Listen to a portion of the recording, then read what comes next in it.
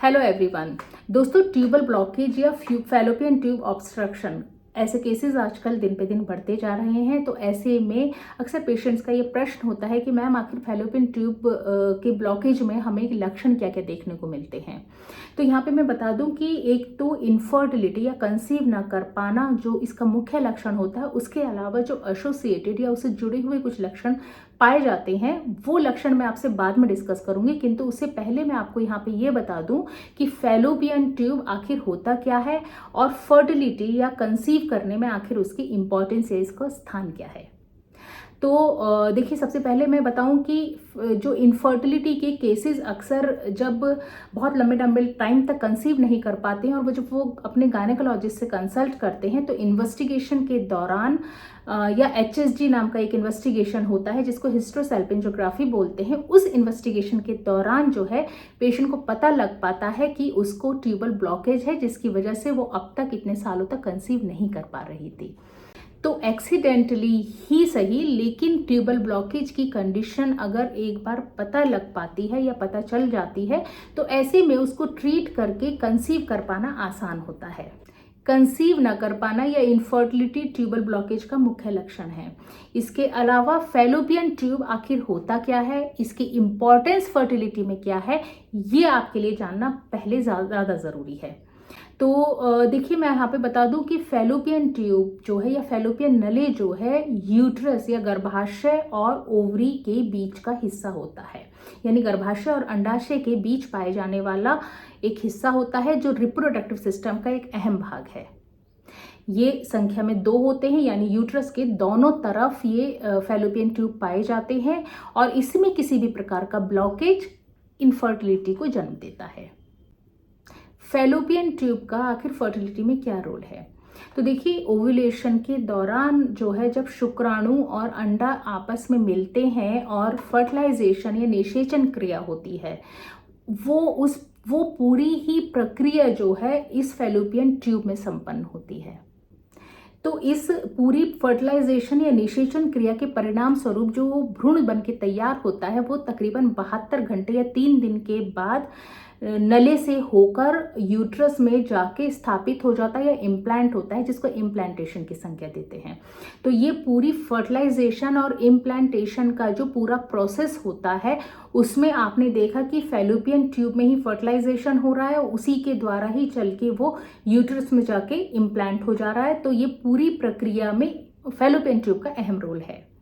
वहीं पर ही अगर जो फैलोपियन ट्यूब है वो ऑब्स्ट्रक्टेड है या अवरुद्ध है, या पूरी तरह से अवरुद्ध है या आंशिक रूप से अवरुद्ध है, अगर वो पूरी तरह से अवरुद्ध है तो वहां पे शुक्राणु और अंडा जो है आपस में मिल ही नहीं पाएंगे। ठीक, वो जो प्रोसेस है फर्टिलाइजेशन का वही संपन्न नहीं हो पाएगा। किंतु अगर आंशिक रूप से अवरुद्ध है या पार्शली ऑब्स्ट्रक्टेड है तो ऐसे केसेस में बहुत बार फर्टिलाइजेशन की प्रक्रिया तो हो जाती है, लेकिन जो वो 72 घंटे के बाद या 3 दिन के बाद जो इम्प्लांटेशन की प्रक्रिया होती है वो संपन्न नहीं हो पाती, क्योंकि जो ये फर्टिलाइज्ड जो ये भ्रूण है, ये एम्ब्रियो है, ये जो है वहाँ ट्यूब से होते हुए उसके ऑब्स्ट्रक्शन की वजह से ट्यूब से होकर जो यूट्रस में जाके स्थापित होना होता है वो नहीं हो पाता है और वो भ्रूण जो है वहीं ट्यूब में ही बढ़ने लगता है, ग्रो होने लगता है। तो इस तरह से जब वो बढ़ने लगता है और ये पूरी की पूरी जो प्रेगनेंसी है वो ट्यूब में ही संपन्न होने लगती है, तो इसको ट्यूबल प्रेगनेंसी या एक्टोपिक प्रेगनेंसी कहते हैं। और ये एक टाइम के बाद में प्रॉब्लम क्रिएट कर देती है, यानी कि ये पूरे का पूरा जो प्रेगनेंसी है ये पूरी कंप्लीट नहीं हो पाती है ट्यूब में और ये बहुत सारे कॉम्प्लिकेशन क्रिएट कर देती है। तो आपने देखा कि अगर ट्यूब पूरी तरह से अवरुद्ध है तो फर्टिलाइजेशन ही नहीं हो पाएगा, और यदि वो आंशिक रूप से अवरुद्ध है तो काफ़ी बार ट्यूबल प्रेगनेंसी, एक्टोपिक प्रेगनेंसी के चांसेस होते हैं। वहीं पर ही इसमें आंशिक रूप से अवरुद्ध ट्यूब्स में ये भी देखा गया है कि इम्प्लांटेशन की प्रक्रिया ही पूरी तरह से संपन्न नहीं हो पाती है और वो जो है एबॉर्शन को कॉज कर देता है, यानी वो जो भ्रूण है वो जाके यूट्रस में नहीं स्थापित हो पाता है, इम्प्लांट नहीं हो पाता है और उससे पहले ही वो एबॉर्शन हो जाता है। तो इस तरह से जो ये पूरी की पूरी प्रक्रिया है, ये इसमें ट्यूब्स का या फैलोपियन ट्यूब्स का अच्छा खासा रोल है। अगर फैलोपियन ट्यूब्स ना हो तो फर्टिलाइजेशन की प्रक्रिया शायद ना हो। तो इसलिए ज़रूरी है आपके लिए ये जानना कि आखिर फैलोपियन ट्यूब की इतनी इम्पॉर्टेंस क्यों है फर्टिलाइजेशन में या प्रेगनेंसी में या कंसीव करने में या फर्टिलिटी में। तो आपने देखा कि अगर ट्यूबल ब्लॉकेज जैसी कंडीशन है तो प्रेगनेंसी ऑलमोस्ट इम्पॉसिबल है। अब फैलोपियन ट्यूब ब्लॉकेज में या ट्यूबल ब्लॉकेज में आखिर लक्षण हमें कौन से देखने को मिलते हैं। देखिए, इनफर्टिलिटी तो इसका एक मेन लक्षण है ही, वो हम ऑलरेडी डिस्कस कर चुके हैं। इसके अलावा जो लक्षण हमें देखने को मिलते हैं वो अक्सर जो फीमेल कंप्लेन करती है वो करती है लगातार और हल्का हल्का दर्द, जो माइल्ड पेन होता है वो पेल्विक एरिया में या पेड़ू वाले हिस्से में, जो पेट का जो निचला हिस्सा होता है उसमें लगातार दर्द की शिकायत वो करती रहती है। वो दर्द काफ़ी बार एक तरफ ही होता है, या यूट्रस के या तो राइट साइड में या लेफ्ट साइड में अक्सर वो दर्द की कंप्लेन करती है। लगातार पेट के निचले हिस्से में या पेल्विक एरिया में पेन के साथ साथ पेशेंट कंप्लेंट करती है कि पेनफुल पीरियड होते हैं या पीरियड के दौरान उसे दर्द बहुत ज़्यादा होता है।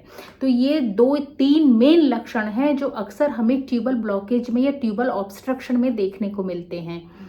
तो दोस्तों, यहाँ पे आपने जाना कि ट्यूब्स का या फैलोपियन ट्यूब्स का आखिर फर्टिलिटी में क्या रोल है और इसके अलावा उसमें जो लक्षण हमें कॉमनली देखने को मिल जाते हैं वो कौन से हैं।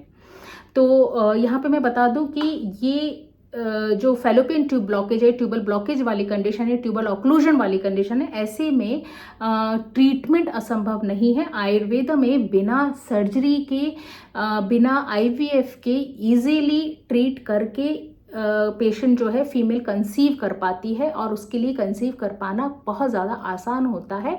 कुछ ही छोटे से टाइम पीरियड के अंदर या एक लिमिटेड टाइम ड्यूरेशन में ही पेशेंट इजीली ट्रीटमेंट पाके जो है अपनी ट्यूब्स खुलवा सकती है और साथ ही कंसीव भी कर जाती है।